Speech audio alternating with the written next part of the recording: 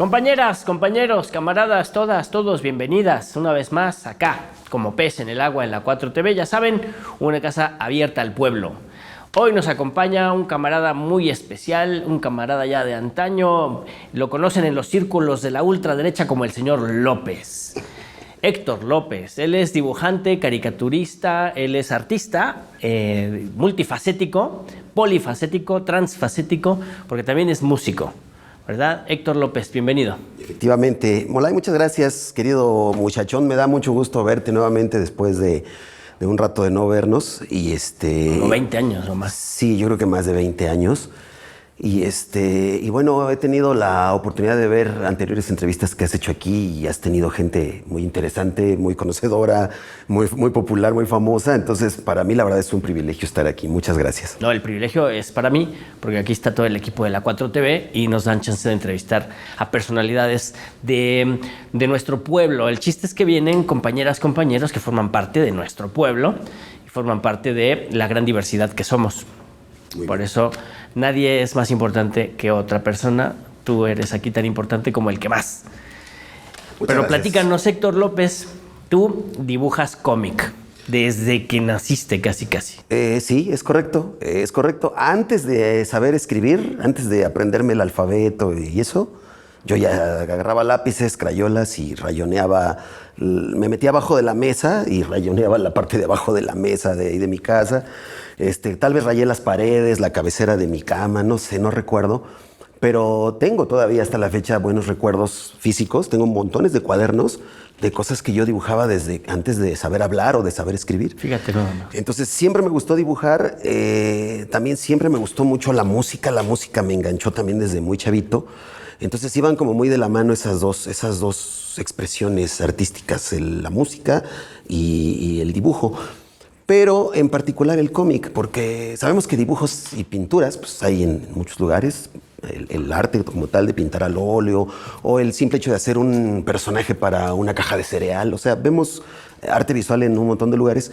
Pero la historieta o el cómic me enganchó y tuve la fortuna de que en casa siempre teníamos o la familia Burrón, o el Calimán, o el Chanoc, o Águila Solitaria, o Starman, o el Simón Simonazo, que ya te contaré esa historieta qué tan importante es en mi vida. Entonces, todo esto fue una gran influencia para crear historias, para ponerme a trazar, a dibujar. Y sí, desde siempre me gustó mucho el dibujo. Y tú empezaste a hacer tus propias historias también. Sí, digo, hasta la fecha creo que es lo mismo porque yo hacía mis cuentitos, los doblaba, los engrapaba y se los vendía a mis tíos, ¿no? Entonces hoy hago lo mismo. Hago mis cuentitos, los doblo, los engrapo y se los vendo a mis tíos. Aquí están, ¿esto es parte de eso? Sí. Mira, yo comencé dibujando historieta de manera profesional en 1989. A finales del 89 se me ocurre ir a tocar las puertas de Grupo Editorial Vid. Yo tenía pensado visitar varias editoriales porque sabía que había la posibilidad de no solo de conseguir chamba como tal, como dibujante, sino de dar a conocer personajes que yo había creado. Uno de esos personajes es el Capitán Dinamita. Capitán Dinamita. Personaje creado en octubre del 1989.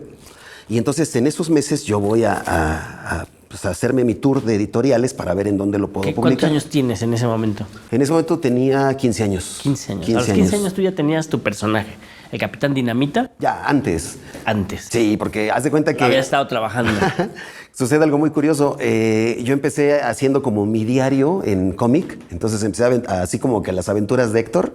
Entonces ponía yo lo que había pasado con mi noviecita, con mis amigos, que nos fuimos de pinta a Chapultepec y así. Entonces hacía yo mis pequeñas historietas como contando lo que me pasaba a mí.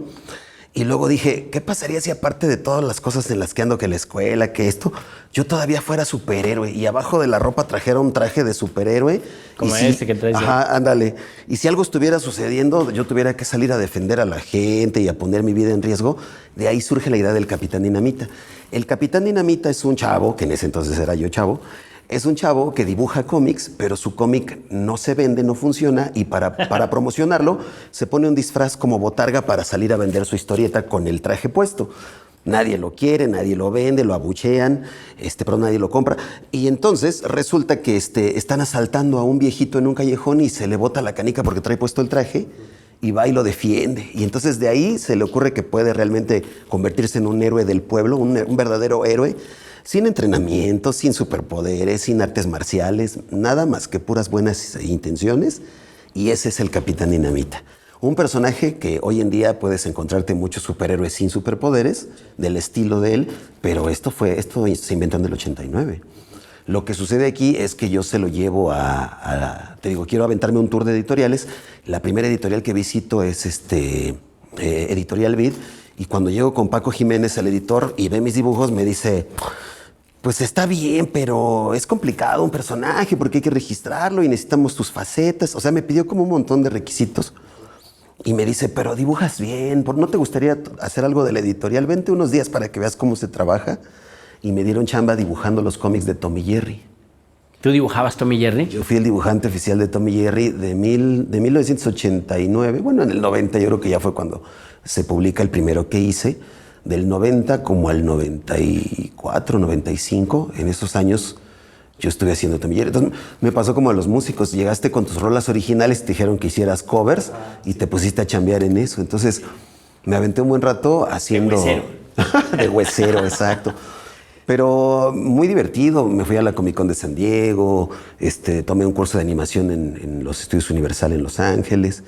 Y bueno, ya me empecé a relacionar con grandes artistas como Don Sixto Valencia, en paz descanse, que dibujaba el Memín Pinguín. Fue una época muy padre de mi vida. Yo me sentía así como Peter Parker. Llegaba con mi portafolios a la editorial y hacía mis dibujos. Y aparte, pues me los pagaban. Entonces, yo ya bien chamaco. Era una época en que las historietas vendían miles de ejemplares a la semana, miles. Si no es que millones, millones, se vendieron millones de Calimán, de Memín. Pero, por ejemplo, las historietas infantiles como La Pantera Rosa, Los Picapiedra, Los Muppets, Tom y Jerry que yo hacía, pues no se vendían millones, pero sí se vendían miles. Entonces, era una época muy buena para alguien que se dedicaba a hacer este tipo de cosas. Y que tenía 15 años. Y 15 años, o sea, imagínate.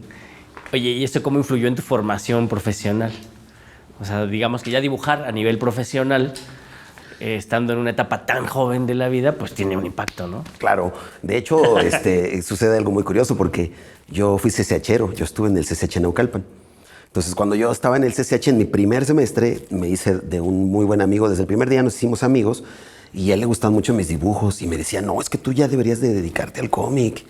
Y yo le decía, no, pero pues voy a terminar y voy a hacer la carrera de diseño y voy a estudiar ilustración. No, pero tú ya dibujas bien chingón, ya deberías de ser ilustrador, ya deberías dedicarte a eso, ya deberías de ser como Stan Lee. Entonces, ese cuate así yo me alucinaba porque pues, todos de chavitos soñamos con algo como eso, con alcanzar esos niveles. Y si alguien te lo está diciendo, pues te convence o te ayuda a pensar que podría ser posible. Entonces, a él le debo la inspiración más que a mi familia o a alguien más de haberme... ido a buscar. De haber ido, exacto, de salir. Y te digo, yo tenía pensado hacer un tour en varias editoriales, pero ya me quedé en Vid, ya no me fui de ahí, me quedé ahí y ahí me dediqué un buen rato a esto. Ahora, una vez que ya me estaba yendo bien y que ya me pagaban, pues dejé de ir a la escuela porque ya me daba flojera, ¿no? Ya me daba flojera, ya mejor me iba a cotorrear con mis amigos y me la pasaba dibujando. Y entonces en algún momento dije, no, la estoy regando, creo que mejor sí regreso a estudiar, a terminar la carrera.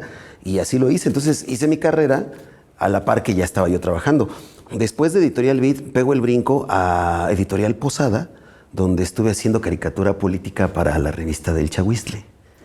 Entonces yo hice caricaturas de los momentos en que mataron a Colosio, cuando Ernesto Zedillo toma la presidencia.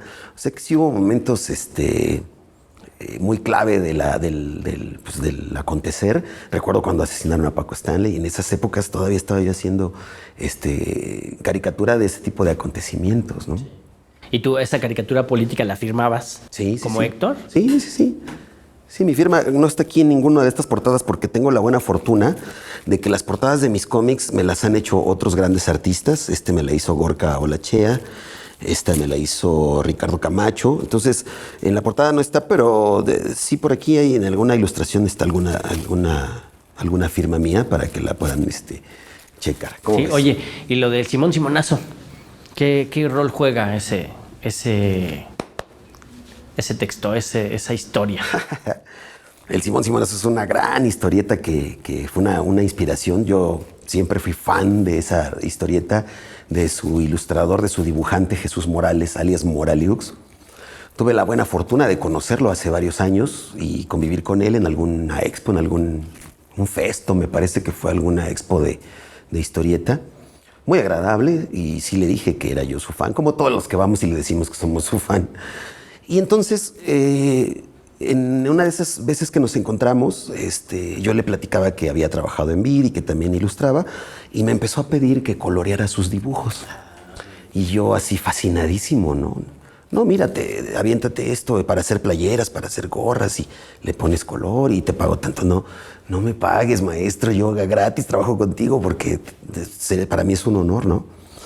Y entonces, cuando lanzo El Capitán Dinamita, se lanza en una editorial que tenía un amigo mío, que pues lamentablemente ya no pudimos seguir trabajando juntos, había que evolucionar, y entonces tuve que crear mi propia editorial, Editorial Cuteca, una editorial independiente, casi artesanal. Esta editorial la creamos, más bien el debut de la editorial es en marzo del 2020. En plena pandemia. Sí, terrible, porque en ese momento dijimos, se acabaron las expos, ya no hay eventos, ya la historieta ya no es como antes, que la encontrabas en el puesto de revistas, es complicado. No hay una distribución, no hacemos una producción masiva, entonces era muy complicado. Se nos cayeron la Feria del Libro, se nos cayeron las expos a donde los llevábamos, pero entonces brilla un rayo de luz, ya sabes, ¿no? Así el rayo de luz, celestial, porque Moraliux me dice, si ya tienes una editorial, vamos a volver a publicar el Simón Simonazo. Ah. Entonces yo, feliz de la vida, pero claro que sí, maestro. Entonces se integra como título, que se llama, la historieta se llama Simón Simonazo Presenta, y estamos publicando historietas de los Simonazos, que es la trinca infernal, de los Chis, que es la parodia de los Kiss, pero en versión chilanga, el Loco Max, que es un personaje creado también por Moraliux, que es como una especie de policía muy al estilo de Arma Mortal o de Duro de Matar, muy ochentoso el rollo. Sí. Con mucho humor, y también un poco de lo que era el Video Risa. No sé si te acuerdas que había una revista que se llamaba Video Risa, que parodiaba películas, series, novelas y hasta comerciales de televisión. Entonces todo eso se está publicando nuevamente, y la verdad es que le debo mucho a Moraliux que se haya integrado, porque eso fue lo que nos mantuvo a flote durante esos años tan difíciles. Y mi otro personaje, que es el Chundo, el huracán del pueblo. El Chundo es un superhéroe también. Digo, a mí me gustan mucho los superhéroes porque, como te digo, son una gran influencia. Pero este es un gran cliché, ¿eh? Para empezar, sin que sea ni peyorativo ni nada parecido, es un chundo, es un indito de un pueblito que trabaja en un periódico, pero no es el reportero como Clark Kent, es el que va por las tortas, el que hace la limpieza. Y entonces ahí te va el cliché. Un meteorito entra a la Tierra y cae en su nopalera, y sus tunas se hacen radioactivas, y cada que se come una tuna le dan superpoderes. Uh-huh. Esta revista, como la portada es homenaje a la primera aparición de Superman, es muy solicitada en los Estados Unidos. Lo vendemos mucho en Estados Unidos, por eso aquí les traje para mostrarles una edición en inglés. Es una edición del Chundo en inglés, o sea, mis diálogos son de patroncito, así, ¿no? Ancina, me estoy teniendo superpoderes. Entonces tuve que traducir eso, fue complicado. ¿Al inglés? Fue traducir esto fue complicado, pero muy divertido, y a los gringos les gusta mucho. Entonces se está vendiendo mucho en Estados Unidos. ¿Lo compran gringos o mexicanos viviendo allá? No, gringos. Fíjate nada. Gringos, porque son coleccionistas de portadas. Entonces, como la portada de esta, donde está el tipo cargando un auto o un vehículo, hay muchas. Hay con Spawn, con Conan el Bárbaro, con el Pato Donald. O sea, hay un montón. Si te metes a buscar, hay un montón de portadas que son homenaje a la primera aparición de Superman. Uh-huh. Entre todas esas está esta portada, entonces es buscada por coleccionistas. Fíjate nada más. Así que le ha ido muy bien. Y esas dos piezas son la clave para que la editorial Cuteca se sostuviera, y hasta la fecha seguimos publicando y nos está yendo muy bien. Ahora ya estamos publicando libros. Libros. Sí. Oye, ¿y dónde se puede encontrar el material de Cuteca? ¿Dónde se les busca? ¿Por internet o hay algún espacio físico? Hay espacios físicos. Mira, por ejemplo, así para acordarme rápido, más bien para echarme aquí el acordeón, tenemos una tienda que se llama Global Comics. Esta tienda está en San Luis Potosí, número 109, en la Colonia Roma. Por ejemplo, ese es un lugar en donde puedes ir y adquirir todas las publicaciones de Cuteca. Hay otras tiendas especializadas de cómics aquí en la ciudad, pero todo el material que se vende a provincia o a otros países nos lo pueden pedir por internet. Nos pueden buscar así en las redes como Cuteca, Cuteca con K, con 2 Ks, Cuteca. Cuteca significa dibujar en suajili. Suajili. Ajá, en suajili. Y si tú giras el logo, es una punta de un lápiz encima de una superficie. Plano. Ajá. Con toda la intención de que la editorial está haciendo cosas que son totalmente a mano, porque hoy en día muchos historietistas trabajan con recursos digitales. Diseño digital. Exacto. O sea, ustedes están recuperando el cómic tradicional. Antes de la tecnología digital. Así es, en papel, a color, para toda la familia, a precios muy económicos, del tamaño que eran las revistas que íbamos y comprábamos en el puesto de revistas. Sí, se identifica. Y además nosotros como dibujantes... Es que, como dice el clásico, para los jóvenes. Antes así se leía las caricaturas. Y el dibujo, Moralex y tu servilleta, pues agarramos nuestras cartulinas, lápiz y tintas, tal cual, como a la vieja usanza. O sea, esto es material artístico también. Sí. Oye, Héctor, ¿y cómo saltas de todo esto hacia la música? Híjole, es que como te decía hace rato, la música es... La transformación. Dr. Jekyll and Mr. Hyde. El caricaturista se convierte en bajista. Al bajista. Bueno, fíjate, ve esto. Ahorita, actualmente tengo 2 bandas. Una banda que hace rock de los 80s, covers de los 80s, para estar trabajando en bares porque pues, es una pasión que también necesitaba. Necesito salir y hacer rock and roll y me divierto mucho. Digo, aparte de que es un trabajo muy respetable y es un gran esfuerzo. Hay que estudiar, hay que trabajarle, hay que comprar equipo que no es barato. Luego piensa, a mí todavía me sorprende que luego todavía buscaba yo en segunda mano, así, para comprar un instrumento y lo encontrabas en la sección de pasatiempos. O sea que la música para mucha gente es un pasatiempo, un hobby, exacto. Pero no, sí. La música y el arte, ¿eh? ¿Mandé? La música y el arte. Sí, claro. Es como que, bueno, sí, está bien que ahorita hagas música, pero ¿qué vas a hacer? ¿Qué vas a estudiar? Igual si pintas, ¿no? Si eres pintor y eso. Ajá. Entonces, el trabajo de la música. Sí, entonces sí quiero comentarte eso que lo he tomado de una forma muy seria, aunque paralela a todas las otras cosas que hago. Y bueno, desde siempre tuve la inspiración, así como se me ocurrían historias que contar gráficamente, pues también quería contar historias con música. Entonces, desde muy chavillo también compuse canciones, escribí canciones. Yo tocaba la guitarra, que fue el primer instrumento que tomé y empecé a rasgarle, a buscarle de manera muy autodidacta. Y teníamos un grupo que tú recordarás, se llamaba Versos Extraños. Y los Versos Extraños éramos 4, yo era el guitarrista rítmico y cantante, porque no había quien cantara mejor o menos peor que yo. Y el bajista nunca iba, entonces nunca llegaba el bajista a los ensayos y siempre estábamos 2 guitarras y la batería.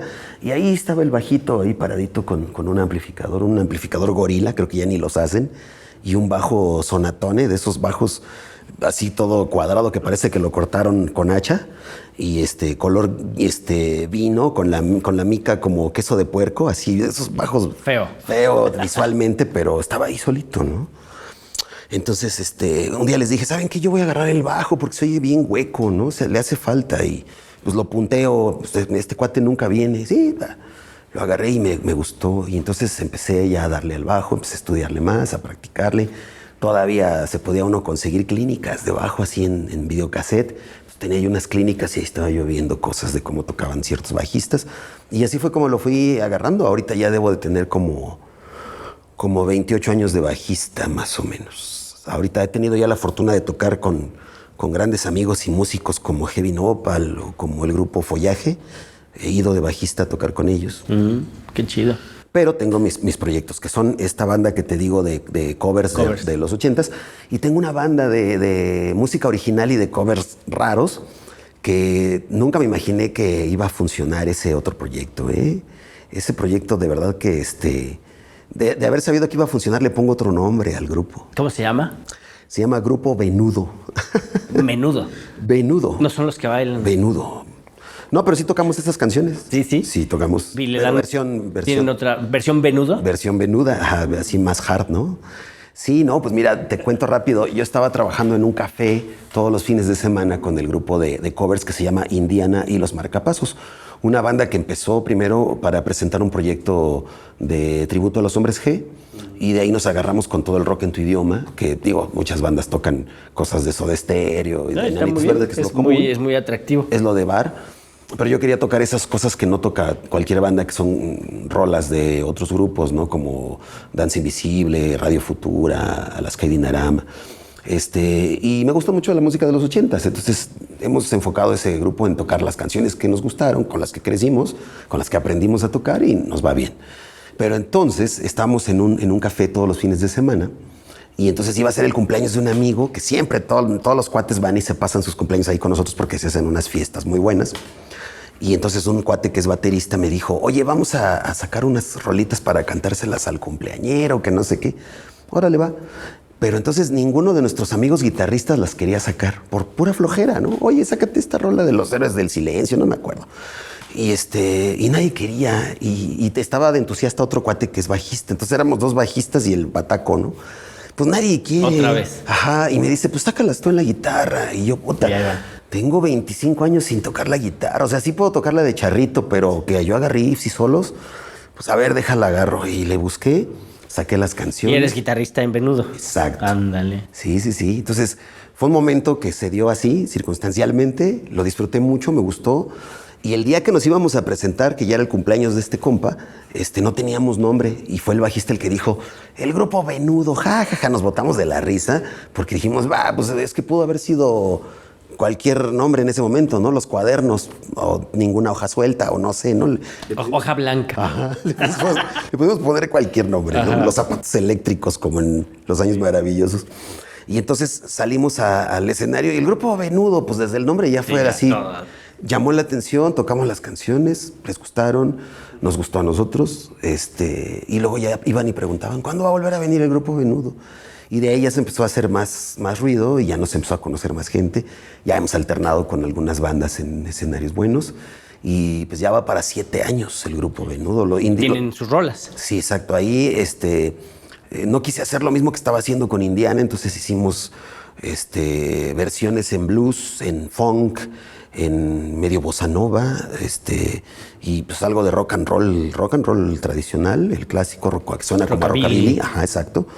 Y podemos hacer covers desde Los Menudo hasta un cover de Daniela Romo o de José Alfredo Jiménez o de José José, no sé, ¿no? ¿Y quién canta? Yo canto. Fíjate nada más. Es que siempre no hay alguien que se quiera aventar esa talacha y me toca hacer eso. Como salga. Pues dicen que sale bien. Yo quiero pensar que sí. Porque ¿Es fácil hacer un cover de Daniela Romo? No, por eso es que esa es una de las grandes ventajas. Que Venudo hace... ¿Te acuerdas cuando los Ramones hacían rolas de Sinatra? Sí. Y los Ramones sabemos que ellos mismos lo decían que no eran virtuosos, ¿no? Lo hacían por Inventaron el rollo, punk. el punk, exacto. Era punk el rollo. Entonces, esa era como mi premisa cuando estaba yo haciendo covers raros, ¿no? Sí. Pero también Venudo me ha permitido echar a andar canciones originales que ya están sonando por ahí y que van bien. Y si la raza quiere ver música, quiere oír música de Venudo, quiere ver videos, ¿y eso tienen ustedes material trepado en YouTube y esas cosas? Sí, así es. ¿Sí? ¿En dónde? Sí, nos encuentran en Instagram, en Facebook, así, en Venudo. YouTube. Grupo Venudo. Grupo Venudo, así. Grupo Venudo. Con B de Very Good.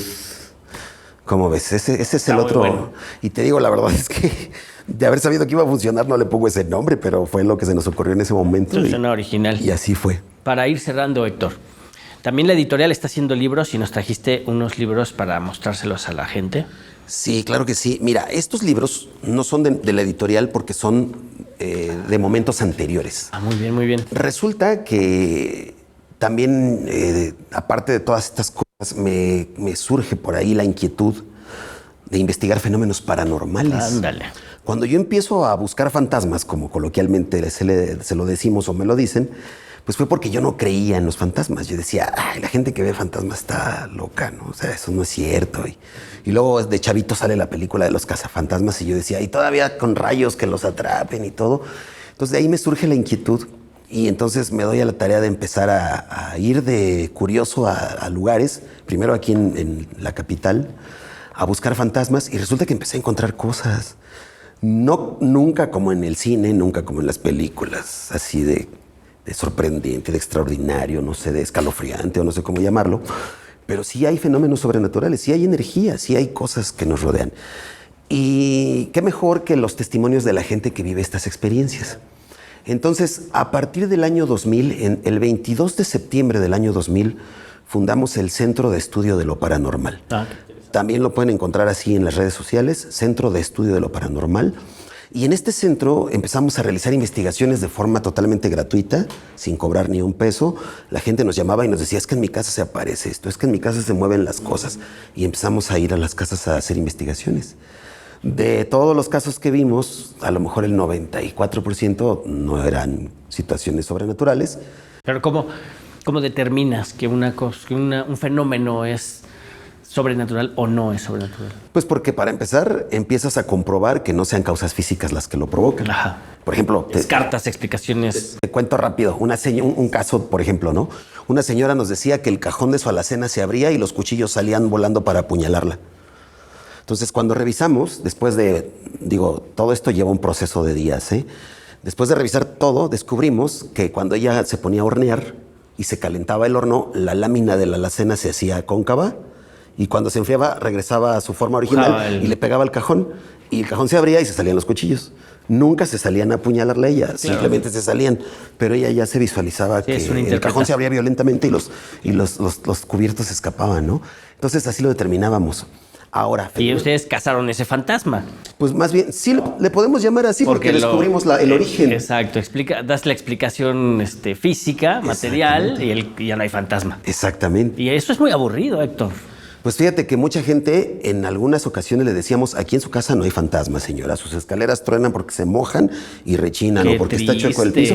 Se enojaban. Los dragones no existen. Se enojaban. La Llorona no existe. Entonces este mundo así material y racional no vale la pena. Se enojaban las señoras porque les decíamos que no había fantasmas en sus casas y decían, me dijeron que ustedes eran profesionales. Pues sí, señora, le estoy diciendo la verdad. Y eso me sucedió en varios programas de televisión.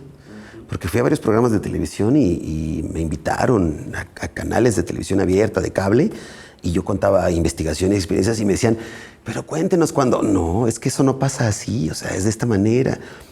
Pues se acabó. Dejaron de invitarme porque querían que yo les contara historias falsas o que inventara situaciones que nunca sucedieron, ¿no? Y me decían, ¿por qué no cuenta esto? No, eso no pasó así. Bueno, vamos a hacer una recreación de los hechos y hacemos que usted vaya en una cueva y salga y aventamos una silla y usted se espanta. No, gracias. O sea, no quise nunca. Eso jala mucho, ¿no? Sí, hay muchas series gringas que tienen ese rollo, ¿no? Y aquí en México también hubo producciones. Sí, a mí me parecen muy baratas. Sí, me parece muy chafa eso, pero funcionó. Sí, pero entonces, bueno, tú. Perdóname. Entonces, aparte de realizar investigaciones, lo más interesante siempre me eran los relatos de la gente que eran testigos de los fenómenos. Claro. Entonces, gracias a la recopilación de estas personas y de investigaciones propias, publiqué en el 2003 mi primer libro que se llamó Fantasmas y Casas Embrujadas. Un libro que ya está mega agotadísimo. Qué bueno. Hace 21 años que salió ese libro. Y se publicó en Editores Mexicanos Unidos, una casa editorial donde he podido publicar estas obras que ahorita ya debo de llevar como unas 8 publicaciones. Después de Fantasmas y Casas Embrujadas hice Leyendas del México Sobrenatural, luego Leyendas contemporáneas creo que se llama, y luego salió que ya va en su 6ª edición, Leyendas de Duendes, Nahuales y Brujas, y luego Leyendas de Fantasmas de México, que también va en su 6ª edición. Estas 2 obras son como que las que más han funcionado y pues más o menos hace un tiraje pequeño como de unos 3,000 ejemplares, pero pues ya van en 6 ediciones, o sea, 3 por 6, 18, hemos vendido 18,000 ejemplares de cada uno. Muy bien. Entonces, esto es parte también de lo que hago y que me gusta mucho compartirlo con la gente. Me invitan mucho a conferencias, a expos de terror y voy a la 4TV. Sí, claro. Por eso te digo que para mí es un honor que también me hayas invitado a platicarles todas estas cosas que estamos haciendo. ¿Cómo ves? Está perfecto, excelente. A toda madre, Héctor. ¿Con qué mensaje nos dejas? ¿Con qué nos despedimos de nuestro público? Ya después de ver el Héctor multifacético que hoy nos traes, ¿con qué nos despedimos? ¿Qué invitación nos dejas para nuestro público? Bueno, pues nuevamente te agradezco el espacio, te quiero decir también que me da muchísimo gusto verte de nuevo, ver que estás muy bien, que estás haciendo cosas muy interesantes, que estás trabajando, que estás haciendo lo que te gusta Y eso es precisamente lo que les quiero decir. Hagan lo que les gusta. Siempre hagan aquello que los haga felices, siempre y cuando no haga infeliz a nadie más. Entonces, se vale soñar, como dicen por ahí, porque a veces de los sueños surgen buenas historias, buenas ideas, buenos proyectos. Es complicado, la vida es complicada, hay que picar mucha piedra. No se trata solo de decir, ay, yo quisiera ser famoso y ya nada más. Hay que trabajar mucho, hay que estudiar, hay que practicar, hay que prepararse. Entonces, pues no nos queda más que eso, porque también en el estudio, la preparación y la práctica está la diversión, si realmente te gusta lo que estás haciendo. Pues ahí está. Muchas gracias, Héctor. Gracias a ti, Moret. Qué bueno que trajiste tu material y pues acá están las puertas abiertas. Gracias. Un saludo a todos. Gracias. Gracias a ti. Héctor López estuvo con nosotros, el señor López. Músico, caricaturista, creador de cómic, también editor. Escritor, ¿por qué no? Y cazafantasmas, aunque él diga lo contrario. Estuvo con nosotros, sígalo en las redes sociales, hay que buscar al grupo, y Grupo Venudo, así se llama la banda. Y pues hay que divertirse, hay que rock and rollear y hay que estudiar mucho, como dice acá el profesor Héctor López. Allá en su casita, píquele a like y difunda, comparta el enlace de la 4TV, organícese con sus vecinas, con sus vecinos, con sus amigos, con su familia, dialogue, discuta, mírese a los ojos, hay que charlar, hay que conversar, hay que tocar todos los temas, hay que hablar de fútbol, hay que hablar de religión, hay que hablar de política, hay que meterse en todo, que lo público sea cada vez más público para que tengamos un mejor espacio donde habitar. Hasta luego.